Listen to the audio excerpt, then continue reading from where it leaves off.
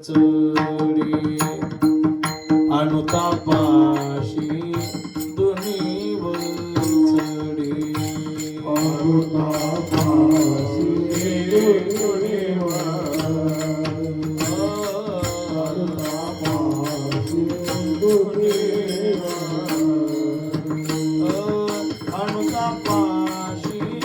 दुनीव चढे अनुतापाशी दुनीव अनुतापाशी दुनीव चढे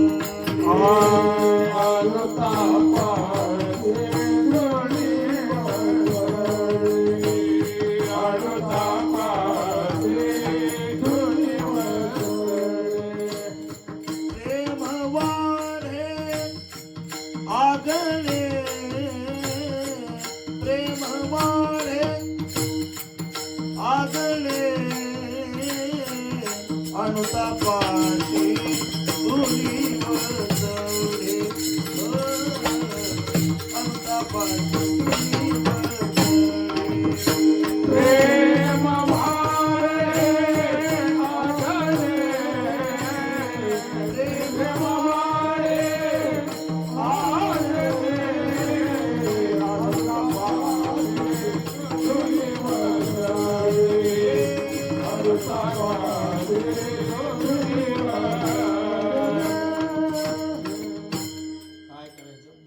जागच्या जागी भजन तोडलं की रंगते बघा. स्वराचं शेपूट बाहेर निघालं की भजन मातीत जाते. विठाला महाराज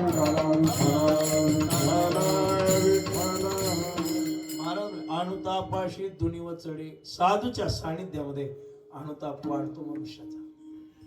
साधूच्या संगती एवढं श्रेष्ठ या विश्वामध्ये काही नाही. पण एकादश स्कंदामध्ये जनक राजाचा नवनाथाचा संवाद आहे. भागवताच्या एकादश स्कंदात फार गोड श्लोक आहे त्याच्यातला. मंदाजी महाराज दुर्लभो मानुषो देहो देहिनाम क्षणभंगुराः तत्रापि दुर्लभम मन्य वैकुंठ प्रिय दर्शनात. जनक राजा म्हणतात नवनाथांना, कवी हरी अंतरिक्ष पिपल्यान प्रबुद्ध चरभंजन महाराज चरपटी करभंजन आणि दुर्मिळ असे नवनारायण समोर आहेत.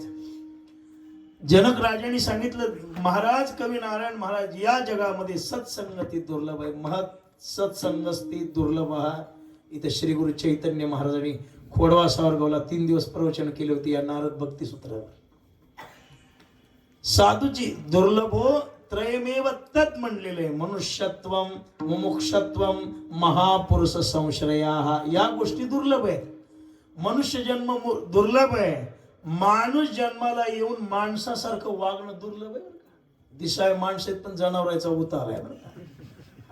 उगा दिसायला माणसं वरून नाक डोळे वाटायला हे माणूस आहे म्हणून, पण जवळ बसल्यावर गाढवापेक्षा डुकराच्या पलीकडे असं कळाले. विठ्ठला विठ्ठला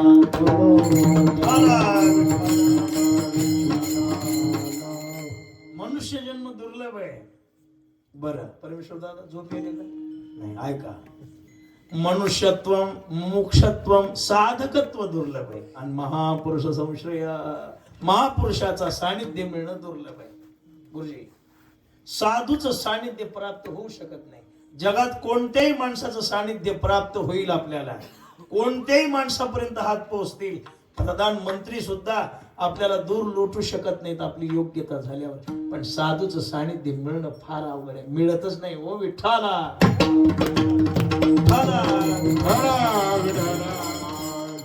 भाग्याने एखाद्याला प्राप्त होतं. आणि अर्ध क्षण जरी साधूचं सानिध्य घडलं तर तेने होय शांती महत् पाप. अर्ध क्षण म्हणा नुसतं दर्शन जरी झालं त्यांचं. अर्ध क्षण घडता सत्य संगाती तेने होय शांती महत् पाप.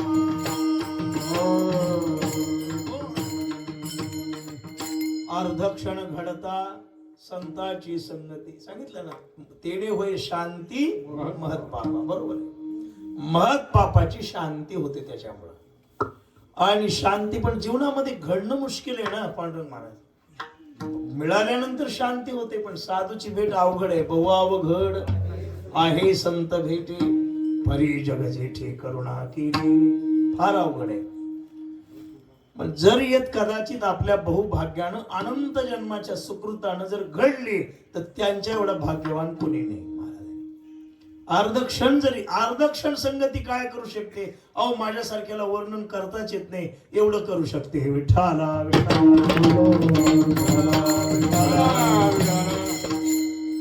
एकदा काय झालं बघा, लक्ष करा माझ्याकडे. विश्वामित्राकडं हे जेवायला गेले वशिष्ठ महाराज. बोलत होतं बऱ्याच या या या या हो म्हटले. जसं आमचे काका आज दिवसभर परेशान होत होते, महाराज जेवायला, पण मला आज निघाली दशमी, कस करा. इच्छा भावना ते विश्वामित्रांच्याकडं वशिष्ठ महाराज गेलेले आहेत. सुंदर प्रकारचं आदरातिथ्य सुंदर प्रकारे केलेलं आहे, काही कमी नाही. आता साधूला साधू भेटले, आनंदाला काही कमी आहे का महाराज? संत भेट दे आजीमज पुण्य फळले बहुत आले. स्वागत आदरातिथ्य झालं. घाली संताशी आसणे पूजा करी काया वाचा म्हणे, एका जनार्दनी जाणे इच्छिले ते पूर्वी. संत घरी आल्यावर आसन टाकलं पाहिजे, पूजा केली पाहिजे. हो, आमच्याकडे योग्यता नाही, पण तरी आमच्या मुंजाजी महाराजांनी सर्व काही केलं. आणि हीच नम्रता मनुष्याला एका उंचीवर घेऊन जाते बरं का, लक्षात ठेवा. बोलवलेले जेवण झालं, जेवण झाल्यावर दक्षिणा देण्याचं काहीतरी आपल्याकडे प्रघात आहे. महाराजाला जीव घातलं तरी दक्षिणा द्यावी लागते. म्हणजे दक्षिणे वाचून सगळे काम अर्धवट राहतात. तुम्ही आपल्यामध्ये नाही, ब्राह्मणाच्या पंक्तीला जर गेलात ना, 10-5 रुपये ताटाच्या जवळ ठेवतात. हरिद्वारला ऋषिकेशला जर तुम्ही कधी गेलात, तिकडं दक्षिणे वाचून जीव घालीतच नाही महाराज. आपल्या वारकरी संप्रदायामध्ये थोडस वेगळं आहे, पण काही मोठ्या मोठ्या फडावर इकडे तिकडे गेल्यावर दक्षिणा देतात. विठ्ठला विठ्ठला. मग काय दक्षिणा द्यावी? विश्वामित्र म्हणतात, मी तुम्हाला दक्षिणा देतो वशिष्ठ महाराज. मी 60,000 वर्ष तपश्चर्या केलेली आहे, त्याच्यातलं 1,000 वर्षाचं पुण्य तुम्हाला मी देऊन टाकतो. सोडला संकल्प. किती वर्षाचा? 1,000. आता एकूण 60,000 वर्ष शिल्लक राहील. आणि काही दिवसांना असा योग आला, वशिष्ठ महाराजाकडे विश्वामित्र जेवायला गेले. जेवायला गेल्यावर आता यांना वाटलं मी 1,000 वर्षाचं पुण्य दिलेलं आहे. तिथं जेवण झालं. विश्वामित्र म्हणजे शीघ्र कोपी होते, तात्काळ राग येणारा महात्मा.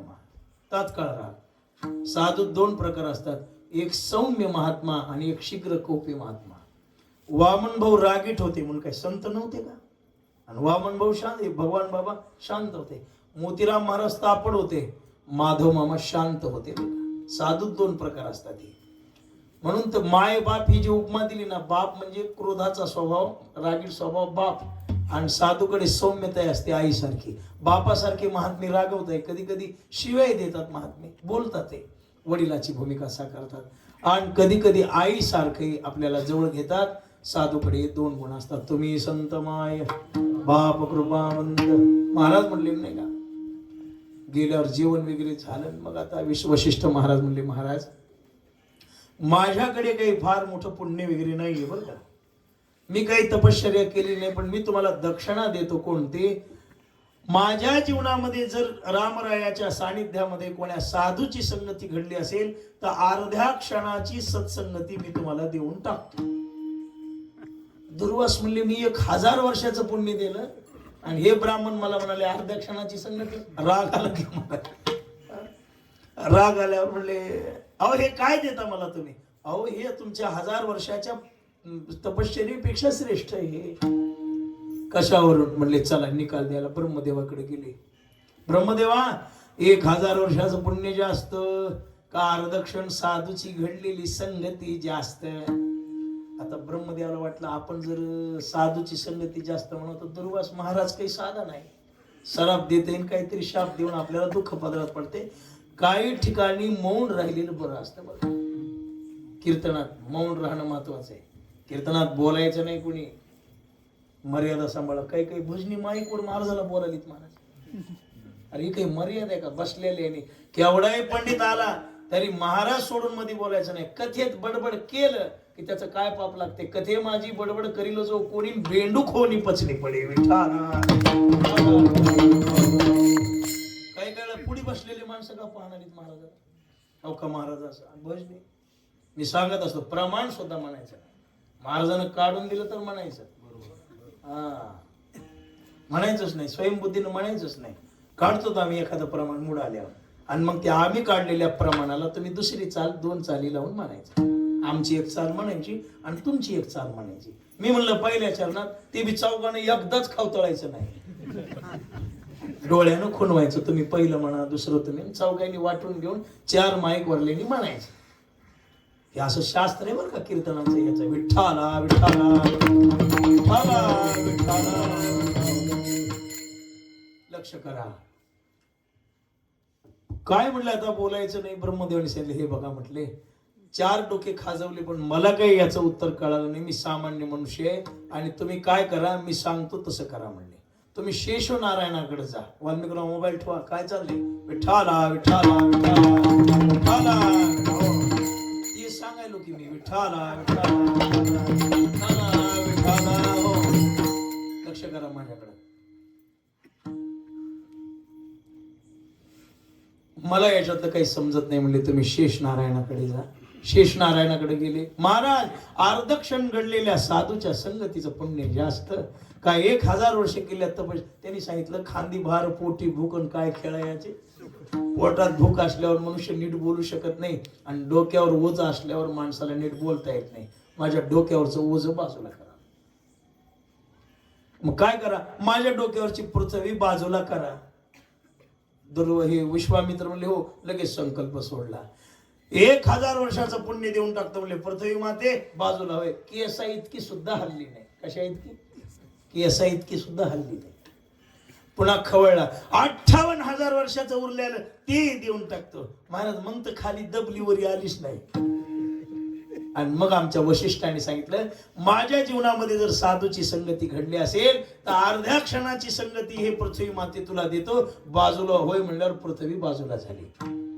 60,000 वर्षाच्या तपश्चर्येचं पुण्य फिकं पडलं आणि अर्धा क्षणाच्या संगतीचं पुण्य सरस ठरलं. विठ्ठला विठ्ठला विठ्ठला. आमच्या महापुरुषांनी देवाकडे प्रार्थना केली. देवा आम्हाला काही नको एकच करा. संत संग दे संत संग दे